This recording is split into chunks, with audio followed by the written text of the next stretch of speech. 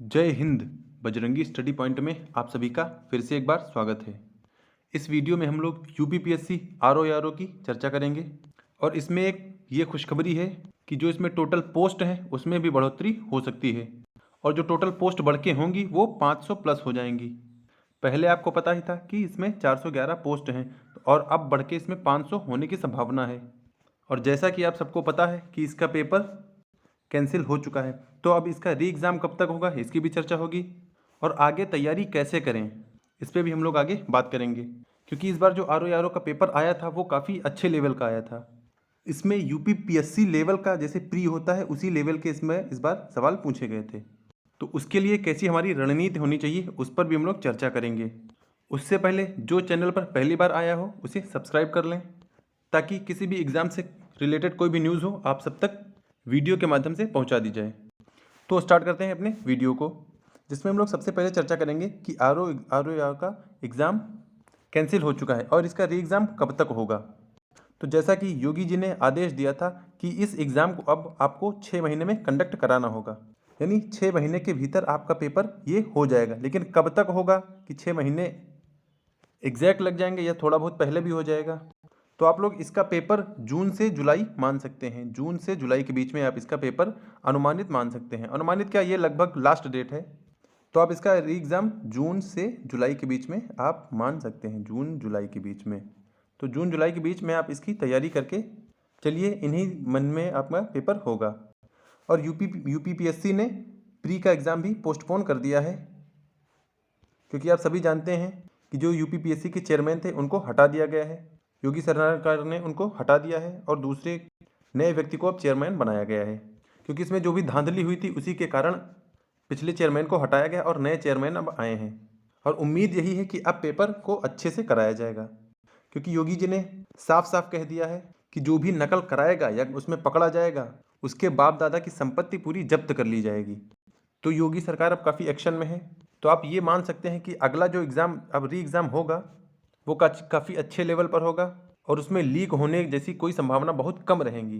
हालांकि 100% नहीं कहा जा सकता है, क्योंकि कुछ ऑफिसर्स के चलते या कुछ स्कूल वालों के चलते पेपर लीक हो जाता है। बाकी इसमें सरकार का कोई दोष नहीं होता है। सरकार चाहेगी इसको अब अच्छे से कंप्लीट कराना, तो आप इसका एग्ज़ाम जून से जुलाई तक में मान सकते हैं। तो अभी आपके पास अच्छा खासा टाइम है तैयारी करने के लिए। फिर आगे बात करते हैं इसमें कितनी पोस्ट अब बढ़ेंगी। तो जैसा आप सबको पता है कि अभी इसमें टोटल पोस्ट हैं 411 और जो संभावित पदों की संख्या अब होनी है आगे, यानी इसमें अब बढ़ेंगी तो 411 से 520 हो जाएंगी। यानी आप इसमें प्लस 90 कह सकते हैं, 90 पोस्ट इसमें इंक्रीज हो सकती हैं। तो अगर ये पोस्ट ये बढ़ रही हैं तो बहुत अच्छी बात है, क्योंकि जितनी ज़्यादा पोस्टें होंगी उतना ज़्यादा नंबर ऑफ़ कैंडिडेट्स सेलेक्ट होंगे और उतने ही ज़्यादा लोगों को मेंस में बैठने के लिए बुलाया जाएगा। तो आप ये मान सकते हैं कि इसमें 2 पोस्ट बढ़ेंगी ज़रूर। और अब जो इसका री एग्ज़ाम होगा काफ़ी अच्छे लेवल पर होगा, क्योंकि जब चेयरमैन को हटा दिया गया है तो इससे एक अच्छा इफेक्ट पड़ता है कि जो भी गलती करेगा या पेपर कहीं से लीक होगा तो उस पर कड़ी कार्रवाई की जाएगी। तो इसलिए आगे पेपर अच्छे से होंगे, इसकी हम लोग कल्पना कर सकते हैं या अनुमान लगा सकते हैं। और अगर नंबर ऑफ़ पोस्ट इंक्रीज़ होती है तो ये बहुत अच्छी बात होगी हम सबके लिए। तो उम्मीद यही होगी कि पोस्ट इसमें इंक्रीज़ हो जाएं। फिर आगे बात करते हैं अब आगे क्या करना है हम लोगों को। तो हम लोगों को यही मान के चलना है जून जुलाई। तो हम लोग जून जुलाई मान के अपनी तैयारी करेंगे। और पेपर का लेवल बहुत अच्छा था इस बार, पेपर का लेवल बहुत अच्छा था। पीसीएस के प्री जैसा पूछा गया था इस बार, क्योंकि इसमें स्टेटमेंट और कंक्लूजन भी बहुत सारे क्वेश्चन थे और कोड पे भी बेस्ड बहुत सारे क्वेश्चन थे। यानी डायरेक्ट क्वेश्चन बहुत ही कम पूछे गए थे, जिसमें आपको सिर्फ क्वेश्चन दे दिया गया और सिर्फ आंसर करना हो। इसमें भी अब एनालाइज बेस्ड पे क्वेश्चन अब आने लगे हैं, क्योंकि एनालाइज बेस्ड पे जैसे यूपीएससी में होता है और यूपीपीएससी प्री में होता है, तो ऐसा ही पेपर अब इसका भी आने लगा है। बाकी हिंदी इसमें ठीक आई थी। हिंदी जो अच्छे पढ़ने वाले होंगे उनकी इसमें 55 प्लस वो कर ले गए होंगे, क्योंकि हिंदी बहुत ज़्यादा टफ नहीं थी। अब बात करते हैं कि आगे तैयारी कैसे करें। तो देखिए, सबसे पहले आपको अब वन लाइनर छोड़ना होगा कि ये कहाँ पैदा हुए थे, इनका क्या नाम था, ये युद्ध कब लड़ा गया, ये सब अब नहीं आता है। वन लाइनर आपको छोड़ना होगा। अब आपको एनालाइज बेस्ड क्वेश्चन करने होंगे, यानी एनालाइज करना होगा कि ऐसा हुआ तो क्यों हुआ और उसके पीछे क्या कारण था। तो आपको एनालिसिस करना पड़ेगा। वन लाइनर पे अब आप नहीं भरोसा कर सकते हैं।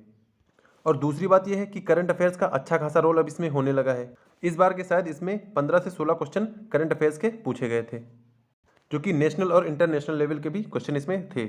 और ऐसा एक्सपेक्टेड भी होता है इन अच्छे लेवल्स के पेपर में, जिसमें आपको एनालाइज करना पड़े, रेशनल होना पड़े, तार्किक होना पड़े, क्योंकि भाई ये अच्छी पोस्ट है तो इसके लिए आपको रेशनल और एनालिटिक होना पड़ेगा। इसीलिए अब इन्होंने ऐसा पैटर्न चूज़ किया है। करंट अफेयर्स के बाद आप ज्योग्राफी अच्छे से प्रिपेयर कर सकते हैं। ज्योग्राफी और एनवायरनमेंट ये एक ही में आता है, और इसके भी लगभग 20 क्वेश्चन थे इस बार, ज्योग्राफी और एनवायरनमेंट के। एनवायरनमेंट और इकोलॉजी इन सब के 20 क्वेश्चन थे इस बार। पॉलिटी से भी अच्छे खासे क्वेश्चन आए थे, तो आप इन सबको प्रिपेयर करते रहें और एनालिसिस बेस पे करें, ना कि वन लाइनर। और स्टैटिक भी काफ़ी पूछी गई थी, स्टैटिक जीके भी इसमें आया था। और सबसे बड़ी बात, इसमें यूपी स्पेशल अच्छा खासा पूछा गया था। यूपी स्पेशल पे बहुत ज़्यादा फोकस इसमें किया गया था, तो आप लोग यूपी स्पेशल पे भी ध्यान दें। 3-4 सब्जेक्ट ऐसे हैं जिन पे आप फोकस कर सकते हैं, जैसे current affairs, UP special, geography और इन्वायरमेंट, पॉलिटी, और साइंस भी ठीक ठाक इसमें आई थी, तो आप साइंस पे भी फोकस कर सकते हैं। और इन सब पे आपको ऐसा फोकस करना है कि आप एनालाइज इन्हें कर पाएँ, एनालाइज कर पाएँ और रेशनल बन पाएँ। और बाकी हिंदी आप जैसे पढ़ रहे थे आप उसी को कंटिन्यू करते रहें, क्योंकि हिंदी इतनी टफ नहीं पूछी जाती है। अगर थोड़ा बहुत टफ आई तो इस बार आप 50 प्लस कर लेंगे, और जो इस बार की आई थी उसमें 55 प्लस तो लोग कर ही गए होंगे, क्योंकि हिंदी का पेपर अच्छा आया था, करने लायक था। और इस बार अगर टफ आ गए तो आप 50 प्लस स्कोर कर सकते हैं, क्योंकि अब अभी हमारे पास काफ़ी टाइम है, लगभग 4 से 5 महीने का। तो इसमें हम लोग अपनी तैयारी को अच्छे से बेहतर बना सकते हैं। और इसमें आपको ये मैं बता दूं कि अगर आप कोई टॉपिक उठाएं तो उसको कंप्लीट करके ही तब रखें, उसका ओवरव्यू नहीं लेना, उसमें डीप में जाना पड़ेगा। क्योंकि इस बार ऐसे एनालिसिस के क्वेश्चन आए थे, जैसे स्टेटमेंट था, कंक्लूजन था, और कोड के भी क्वेश्चन थे। तो वो ये सारे क्वेश्चन तभी हो पाएंगे जब हमारी अच्छी समझ बनेगी, और अच्छी समझ तब बनेगी जब हम लोग डिटेल में कोई चैप्टर पढ़ेंगे, ना कि वन लाइनर या कोई लूसेंट से। हालांकि लूसेंट पढ़ने से आपको नॉलेज हो जाएगा, लेकिन आप एनालाइज नहीं कर पाएंगे। और अगर आपको एनालिसिस करना है तो आपको डीप में जाना पड़ेगा, और स्टैंडर्ड बुक्स पढ़नी होंगी, वो चाहे एनसीईआरटी हो या कोई भी, जैसे पॉलिटी के लिए लक्ष्मीकांत, या ज्योग्राफी के लिए माजिद हुसैन या खुल्लर हो गए, हिस्ट्री के लिए स्पेक्ट्रम, आपको इन सब स्टैंडर्ड बुक्स पढ़नी पड़ेंगी। अपना व्यू अब आप एनालिटिक्स बनाइए और रेशनलिटीज़ में लाइए, और ज़्यादा से ज़्यादा गहराई में इसके पढ़िए। और इस बार का जो पेपर आया था आप उसको भी एनालाइज करें, ताकि ये पूछें कि पेपर बनता कैसे है या एग्जामिनर पूछना क्या चाहता है। उसी हिसाब से हम लोग अपनी तैयारी आगे बढ़ाएंगे। और तैयारी कैसे करें इसके लिए एक मैं सेपरेट वीडियो बनाऊंगा कि कौन सा सब्जेक्ट को आपको ज़्यादा इंपॉर्टेंस देनी है और किस सब्जेक्ट को आप थोड़ा कम वेटेज दे सकते हैं। तो ऐसे ही इन्फॉर्मेटिव वीडियो को देखने के लिए हमारे चैनल को अभी सब्सक्राइब कर लें, ताकि यूपीपीएससी आरओ से या यूपी पुलिस से किसी भी एग्ज़ाम से रिलेटेड कोई भी अपडेट हो वो आप सब तक वीडियो के माध्यम से साझा कर दी जाए। और यूपीपीएससी के लिए आरओ के लिए क्या रणनीति होनी चाहिए, इसके लिए हम लोग सेपरेट वीडियो बनाएंगे। इसमें पूरा कंप्लीट देखेंगे कि क्या क्या करना चाहिए, कब कब, और उसमें ये जानेंगे कि किस सब्जेक्ट को ज़्यादा इंपॉर्टेंस देनी है। और ये एनालाइज मैं करूँगा कि इस बार किस सब्जेक्ट से कितने क्वेश्चन आए थे। इन सब का एनालिसिस नेक्स्ट वीडियो में आएगा। तो इसके लिए हमारे चैनल से जुड़ जाएं और हमारे टेलीग्राम से भी जुड़ जाएं। टेलीग्राम चैनल भी है बजरंगी स्टडी पॉइंट नाम से, डिस्क्रिप्शन बॉक्स में उसका लिंक दे दिया गया है। वहाँ से आप हमारे टेलीग्राम चैनल से जुड़ सकते हैं। जो भी अपडेट आती है उस पर तुरंत भेज दी जाती है। तो फिलहाल इस वीडियो में इतना ही, मिलते हैं नेक्स्ट वीडियो में। वीडियो देखने के लिए बहुत बहुत धन्यवाद। तब तक के लिए जय हिंद।